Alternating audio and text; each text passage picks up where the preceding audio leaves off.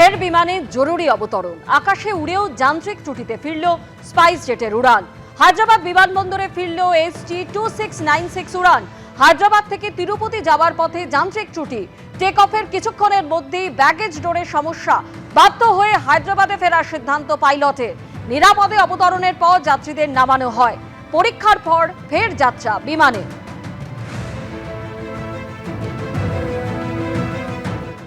ফোনে কুকথা কাণ্ডে তদন্তে সহযোগিতা করছেন অনুব্রত মণ্ডল, এমনটাই জানিয়েছে বীরভূম পুলিশ। যে দ্বিতীয় অ্যাকশন টেকেন রিপোর্ট, সেই রিপোর্টে এমনটাই উল্লেখ করা হয়েছে। পুলিশ জানিয়েছে জাতীয় মহিলা কমিশনকে।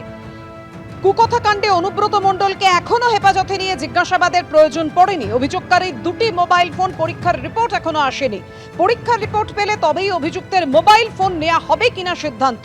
রিপোর্টে জানিয়েছে বীরভূম পুলিশ। জাতীয় মহিলা কমিশনকে দেয়া হয়েছে যে রিপোর্ট পুলিশের তরফে, তাতে এমনটাই জানিয়েছে পুলিশ।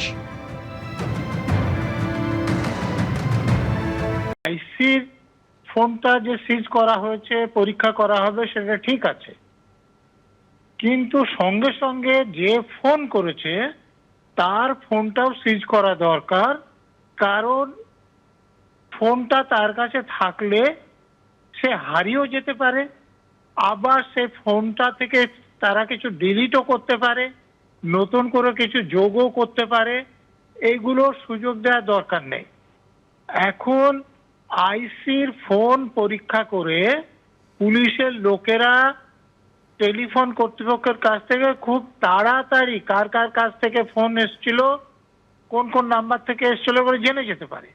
তো তারপরে পুলিশের লোকদের অনেক আগে জেনে যাওয়ার কথা, কারণ ঘটনাটা 28 তারিখের, কেস শুরু হয়েছে 30 তারিখে। তার মধ্যেই জেনে যাওয়ার কথা যে কোন নম্বর ফোন থেকে ফোনটা এসেছিল। তারপরেও তারা যে যার বিরুদ্ধে অভিযোগ তার ফোন সিজ করেনি, সেটার অন্য কারণ হবে। এটা হতে পারে যে সেই ফোন থেকে হয়তো আমাদের পুলিশ মন্ত্রী বা এমন কোনো অপরাধী তাদের সঙ্গে কথা বলেছেন, সেটা বাইরে যেতে প্রকাশ না হয়, তার জন্য সেটা সিজ করা হচ্ছে না। মোট কথা, তদন্তের স্বার্থে ফোনটা অবশ্যই সিজ করা দরকার ছিল। কালকে এমন হতে পারে যে অনুব্রত মণ্ডল থানাতেই একটা চিঠি পাঠিয়ে দেবে যে আমার ফোনটা হারিয়ে গিয়েছে, তো পুলিশ তার ফোনটা পাবেই না। অনুব্রত মণ্ডলের বিরুদ্ধে পুলিশের দ্বিতীয় অ্যাকশন টেকেন রিপোর্ট, এই নিয়ে বিরোধীরা কি বলছেন শোনাবো। রিপোর্ট সম্পূর্ণভাবে মমতা ব্যানার্জি তৈরি করে দেওয়া রিপোর্ট। এনসিডব্লিউ কে বলবো ছিঁড়ে ফেলে দিয়ে রিপোর্ট হাইকোর্টে যান।